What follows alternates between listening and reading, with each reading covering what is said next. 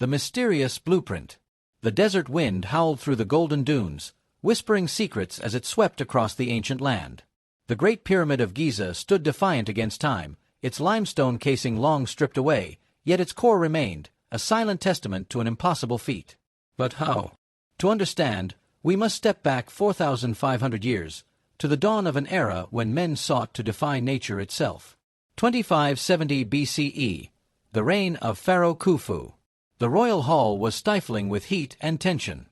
A dozen men, architects, mathematicians, and master builders, stood in a semicircle before the throne, eyes lowered. At the room's center lay a papyrus scroll, unrolled across an ebony table, depicting something never before conceived, a structure taller than any temple, an edifice meant to touch the sky. Pharaoh Khufu, the god king, watched them with a gaze carved from granite. His voice, when it came, was low but resolute. "This shall be my legacy. A tomb beyond all others. An eternal monument." A heavy silence followed. Then, whispers, doubt creeping into the minds of even the most brilliant men in the room. Imhotep, the elder architect, stepped forward, stroking his silvered beard. "Great Pharaoh, such ambition is beyond our reach. To lift stone upon stone to such heights, no ramp could sustain the weight, no tool exists to carve so precisely. The gods themselves would struggle." From the shadows, a younger man spoke. "Then we shall think as the gods do." All eyes turned toward him. He was Mirror, a name not yet known to history. A mere overseer of stone shipments, yet one whose mind moved quicker than the Nile's currents. Unlike the others, he did not see impossibility. He saw only a puzzle waiting to be solved. Khufu's lips curled, intrigued. "You claim to have a solution?" Mirror hesitated. He had theories, whispers of ideas that flickered like oil lamps in his mind. But he knew that hesitation meant death. He took a step forward, his voice steady. "There are ways to move mountains, Great One. If stone is too heavy to lift, then we must guide it. If the desert is our enemy, we must make it our ally." Khufu leaned forward. "Explain." Mirror knelt beside the scroll, fingers tracing its edges. "A system of ramps, yes, but not as we have used before. A series of pathways, rising like a coiled serpent around the structure. Stones floated down the Nile on reed boats, pulled inland through channels. Lifted in stages, not all at once." The room was silent, the flickering torchlight casting uncertain shadows. Imhotep narrowed his eyes but said nothing. Khufu studied the young man for a long moment, then smiled. "Begin." As Mirror stepped from the chamber, he felt the weight of history pressing upon him. He had spoken boldly, but now came the test. The first stone had been laid, not in the pyramid, but in the mind of a man who dared to dream the impossible. The hidden genius. The sun hung low over the Nile, its golden reflection rippling across the water. Along the riverbanks, hundreds of workers toiled, their sun-darkened bodies glistening with sweat as they dragged massive limestone blocks onto wooden rafts. The air smelled of damp reeds, wet earth, and labor, unrelenting, back-breaking labor. Mirror stood at the edge of the dock, hands clasped behind his back. He was no longer just an overseer. He was now the mind behind Pharaoh's impossible vision. But standing between him and success was an enemy greater than doubt, time. The pyramid had begun to take shape, its base forming an immense square upon the desert floor. Yet every stone placed was a battle. The straight ramps leading from the quarry were growing impossibly long, devouring resources, and exhausting the workers before the blocks even reached the site. If they did not find a new way soon, the project would collapse under its own weight. A frustrated voice broke his thoughts. "This isn't working." Mirror turned to see Dedi, an old stone foreman, his arms scarred from years of cutting rock. His face, carved by sun and time, bore the look of a man who had seen too many ambitious dreams fail. "We waste more effort pulling stone to the pyramid than actually building it," Dedi grumbled. 100 men to move one block? At this rate, Pharaoh's great tomb will stand half-built when his grandchildren rule.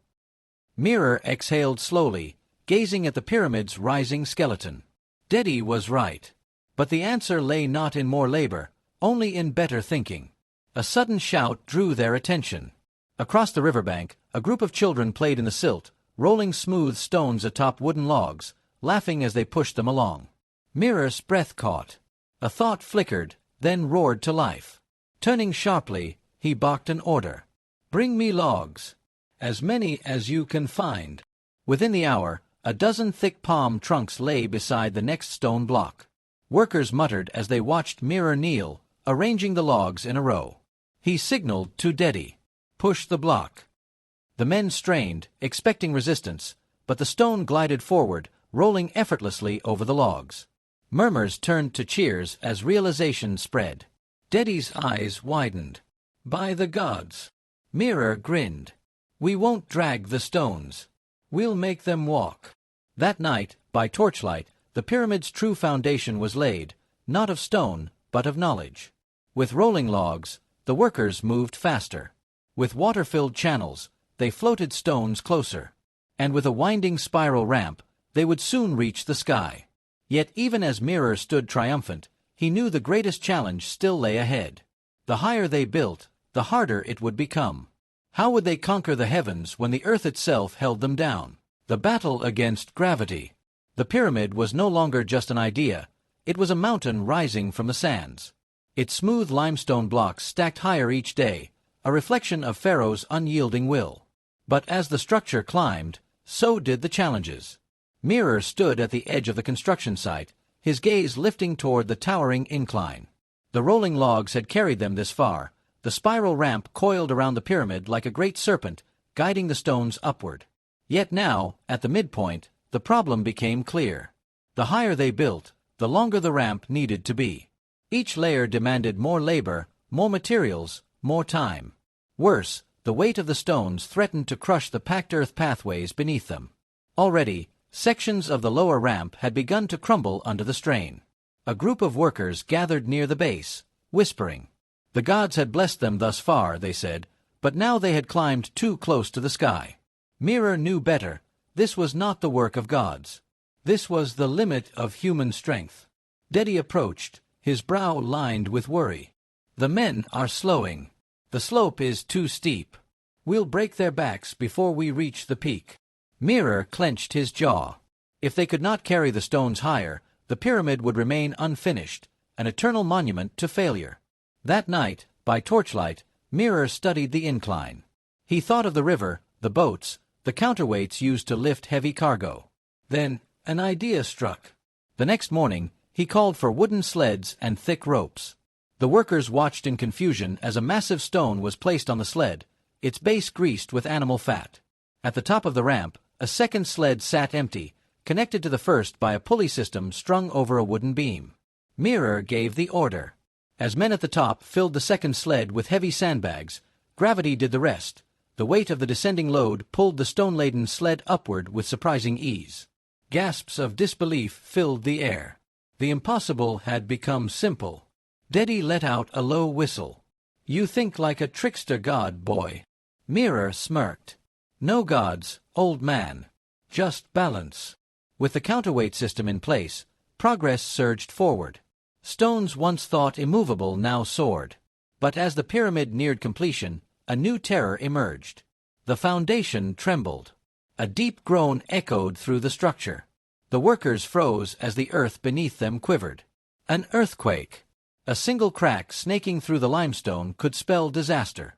The very pyramid they had fought to raise now threatened to bring them all to ruin. Mirror's heart pounded. If the structure failed now, everything, his work, his name, his life, would be lost. Would the weight of their ambition bring the pyramid crashing down? The pyramid stands eternal. A deep rumble shuddered through the unfinished pyramid, sending dust cascading from the towering limestone walls.